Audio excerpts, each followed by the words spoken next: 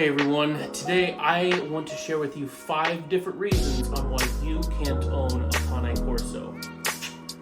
Number 5, if you've never owned a dog before.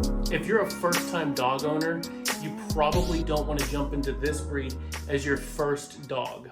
So something that I've noticed over the past couple of years, this breed has become more and more popular, and it's probably something that you're going to want to pay attention to on this video if you were thinking about getting a Cane Corso, or if you know somebody that's thinking about getting a Cane Corso.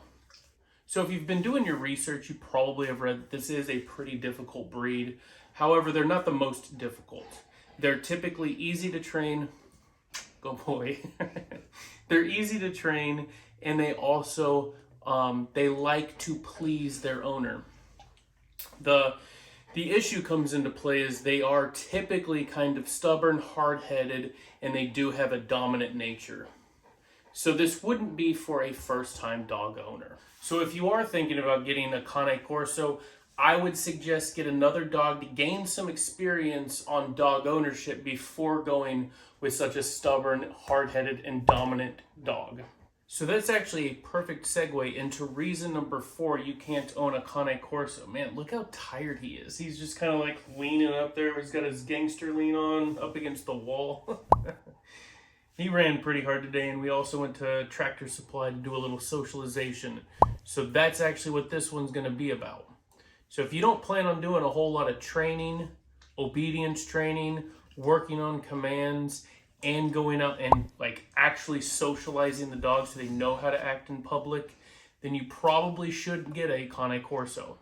So you can't just get this dog and think, I'm gonna give him some food each day, I'll give him some water, and I'll take him on a couple of walks. Although they're a very large dog, they're still very athletic, they're very agile, and they have a high prey drive that you need to satisfy every day. Otherwise, they're gonna get bored and they're going to take it on your furniture, on your house, on the trim of your wall, on your doors, on you, on strangers when you try to take them out in public or on a walk. They're going to let all that built up mental stimulation that they should have been getting on a daily basis out in that one period, and it could cause a lot of behavioral issues. Where are you trying to go, dude? Are you trying to go get like a toy or something? Look at you, you're just getting eye buggers. Good boy. And something to think about, socialization is for life. So you have to do that his whole life. Training is for life, and socialization is for life. So just keep that in mind when you're thinking about getting this breed. So number 3, you lack leadership skills. I don't have a treat, dude. So the Cane Corso breed is a very sensitive dog breed. Most of the time you're going to think, they don't look too sensitive. They are. You could, if you raise your voice to this guy just a little bit, he'll go and pout over in a corner when he goes and lays down. They also do this, his sigh whenever he's frustrated because I'm forcing him to do something. So they are a very sensitive breed. So if they feel like they're being treated unfairly, they could go ahead and act in a dangerous way or become reactive themselves.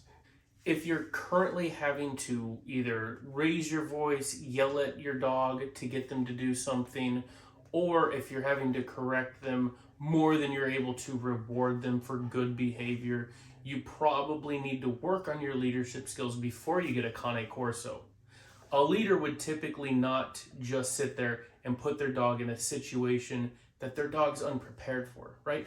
We try to set our dogs up for success by teaching them exactly what each command that I want from him is, but not only just making sure that he knows what I'm asking of him, but doing it in other environments, desensitizing him to noises. If I need to be able to communicate with my dog, I know I can do that successfully.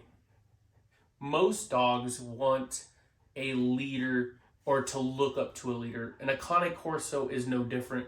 In fact, you take a lot of what they become reactive and fearful of away from them when you are a good leader and can set them up for success. So that leads us into number 2. You can't financially support them yet. So I actually have never had pet insurance. This is the first dog that I've had pet insurance on. It's about $75 a month. He eats more. The vet visits are more. Medicine is more. If you need to get medication and they're going to be prescribed for that for life, that's going to be more. They have health issues that can be quite a bit. So just as like an example of a few, cherry eye, which would require surgery, so anesthesia, so they're prone to cherry eye. They have issues with hip dysplasia, elbow dysplasia, bloat, and they also have heart diseases that they are prone to have. So when you're thinking about all of those things and what could potentially affect your dog and the expenses that might go along with it, what are you doing, dude? What are you doing?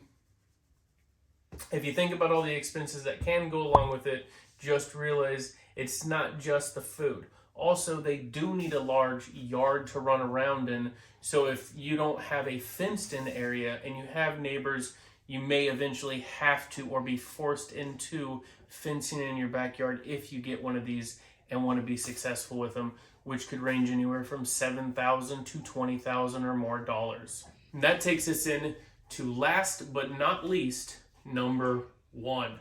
You don't have the time for the Cane Corso. Now, we did cover this one earlier when we talked about obedience training, socialization. You need to spend 3 to 5 hours, but really that's just to create the bond you need and still be able to give him certain commands to get him into different positions. It could save his life if we're out on a hike and a bear or a mountain lion comes charging out and they need to get him somewhere quick and safe. Otherwise, is his prey drive going to kick in and is he going to go try to attack it? And you just want him to not go attack it. That's the only thing that you want him not to do. Will he do it? So you need to create that bond and you need to spend the time training and socializing him or them so that they can be successful. Also, if you can't handle a dog leaning on you, they are basically trying to be lap dogs. He just full weight into my leg, which is shifting my whole entire body over this way.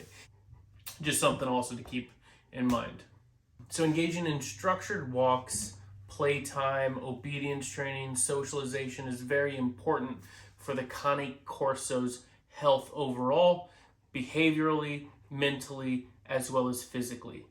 All right, well, thanks for watching, everybody. If you found this video informative, please don't forget to subscribe, like, share, and ring the bell notification so you don't miss any future videos on Marcel and Cane Corsos. Thanks for watching, everyone, and we will see you next time.